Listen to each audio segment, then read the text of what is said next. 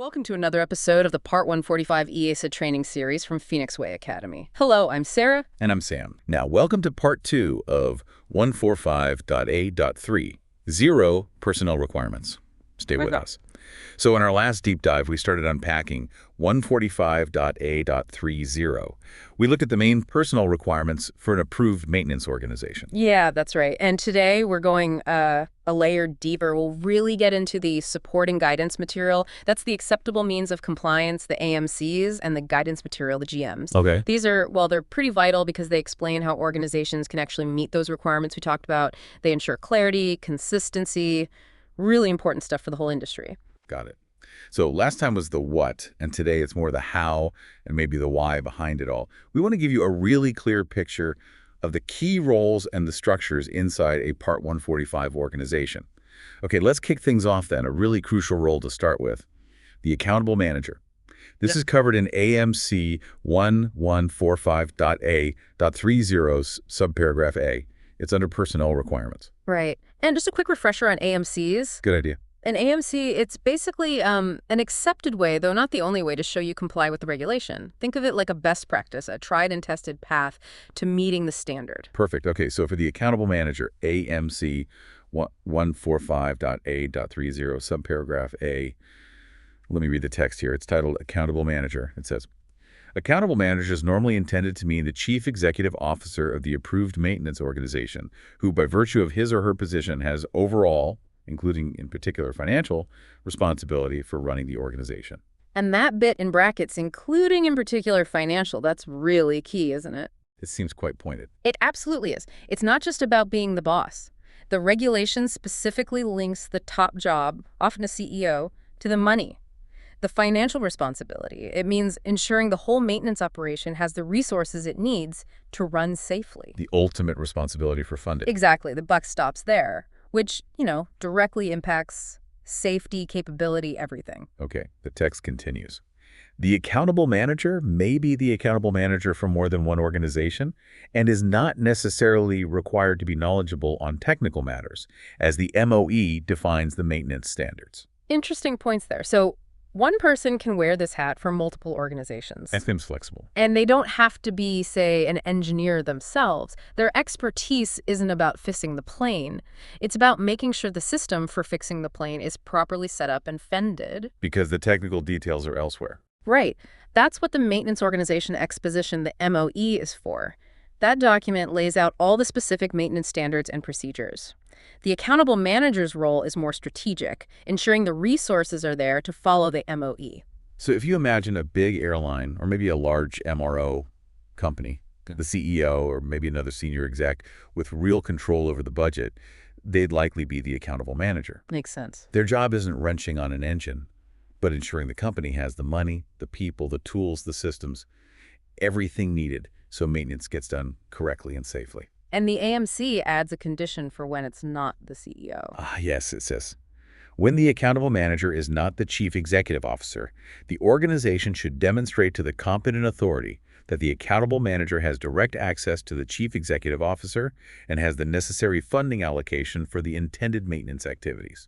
So even if it isn't the top person, whoever is the accountable manager needs that direct line, access to the CEO, and crucially, control over the necessary budget for maintenance.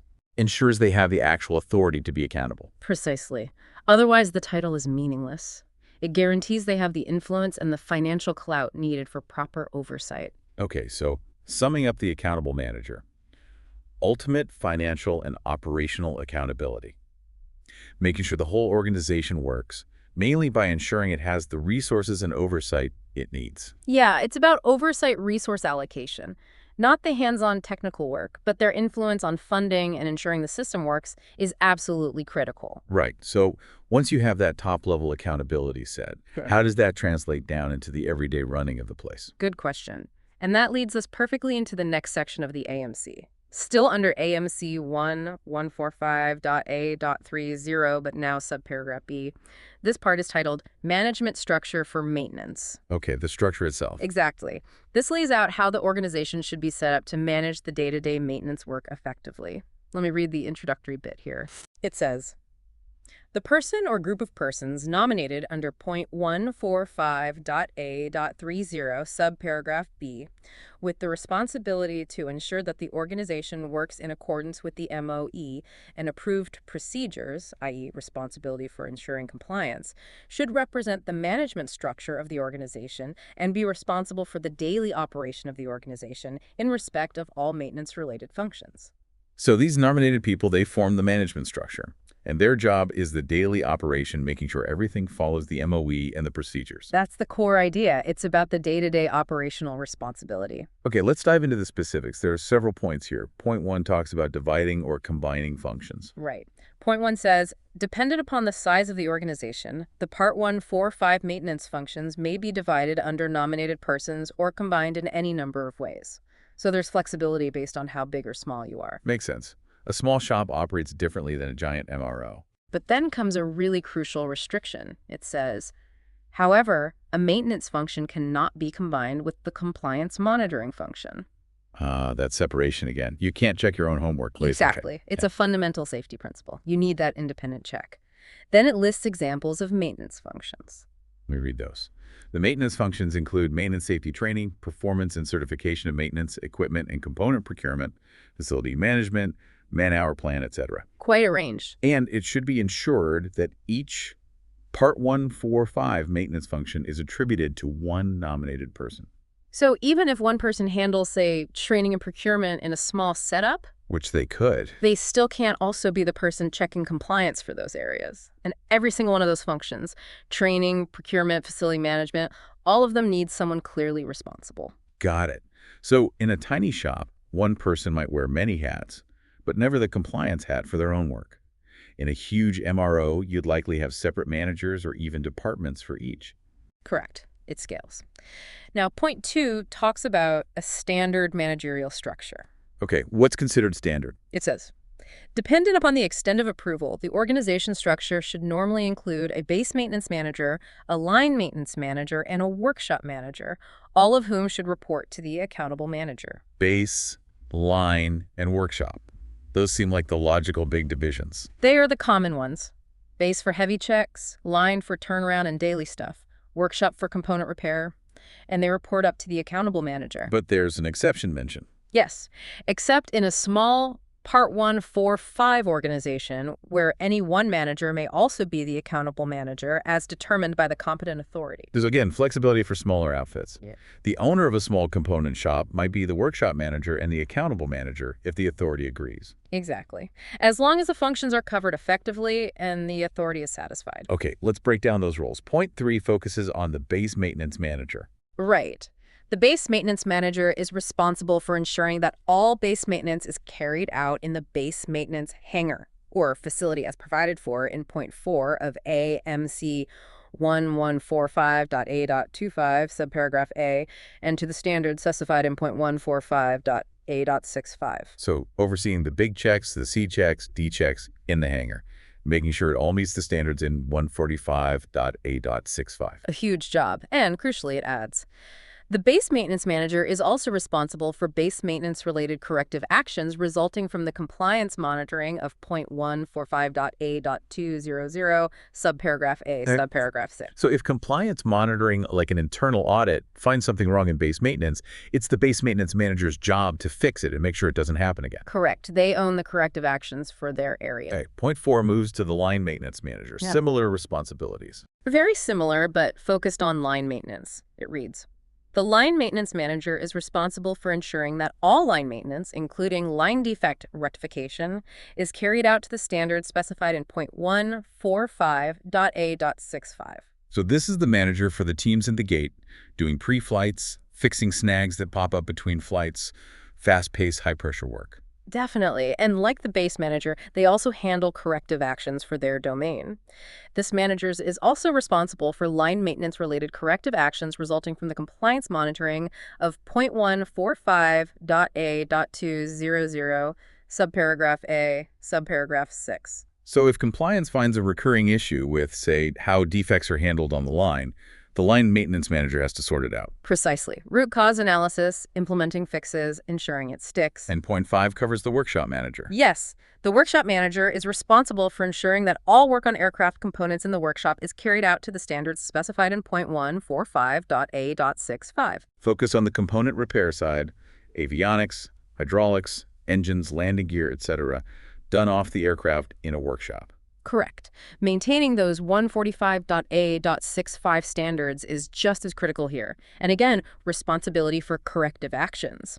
This manager is also responsible for workshop-related corrective actions resulting from the compliance monitoring of point 145.A.200, subparagraph A. Note the slightly different reference there at the end, just point A. Okay, so if an audit finds maybe calibration issues with test equipment in the workshop, that's on the workshop manager to fix, ensuring the components they send out are genuinely airworthy. You got it. Then point 6 is straightforward. Let me read it.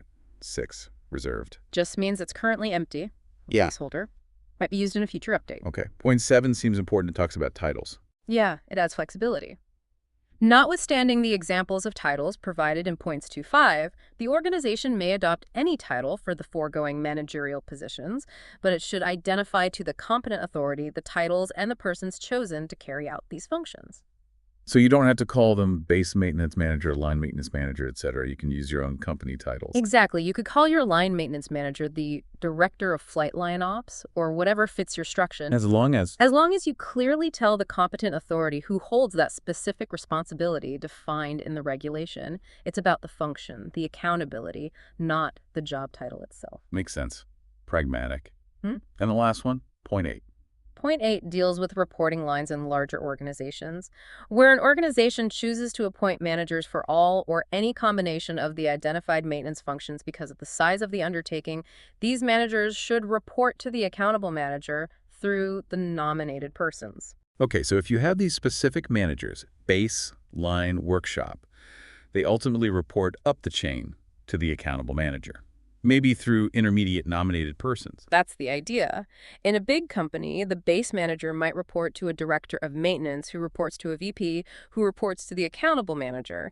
The key is that the line of responsibility clearly goes all the way to the top. Got it. So looking back at this whole section on management structure, it's about clear roles for base, line, workshop, everyone working to standard, clear reporting lines up to the accountable manager. And crucially, that flexibility in titles, but the strict separation from compliance monitoring. It balances adaptability with robust, independent oversight. It's a really well thought out structure aiming for safety above all. Okay, that structure seems clear. Now, how does this play out in practice? That brings us to the guidance material, right? Exactly. The final piece for today is GM1 145.A.30, subparagraph B. Remember, GM is guidance material. It helps interpret the rules. This one's titled Responsibility for Ensuring Compliance. So this connects the structure to the actual day-to-day work. Precisely. It explains the spirit behind the nominated person's roles. Let me read it for you. Please do.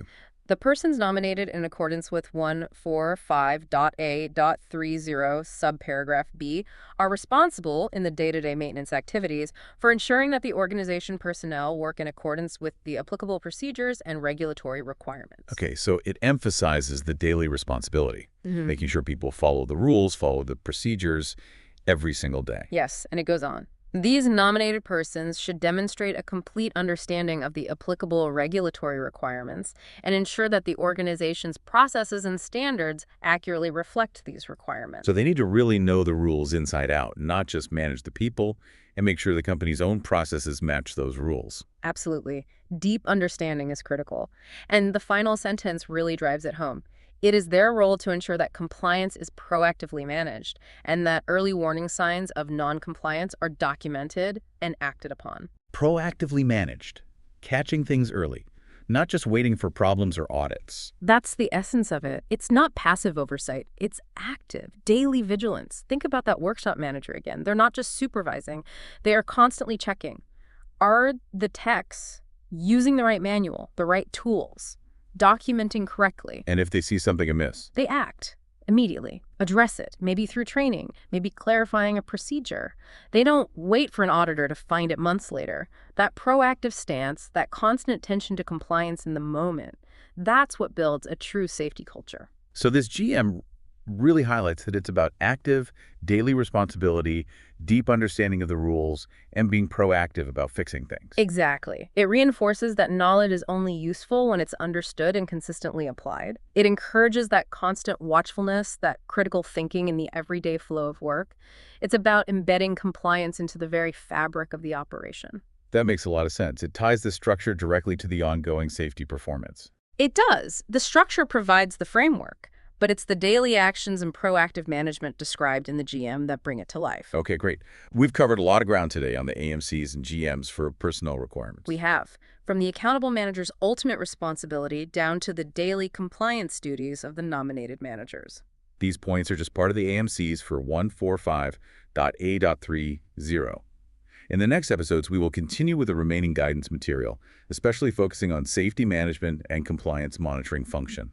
Follow us on social media under the name Phoenix Way Academy. Until the next episode, all the best.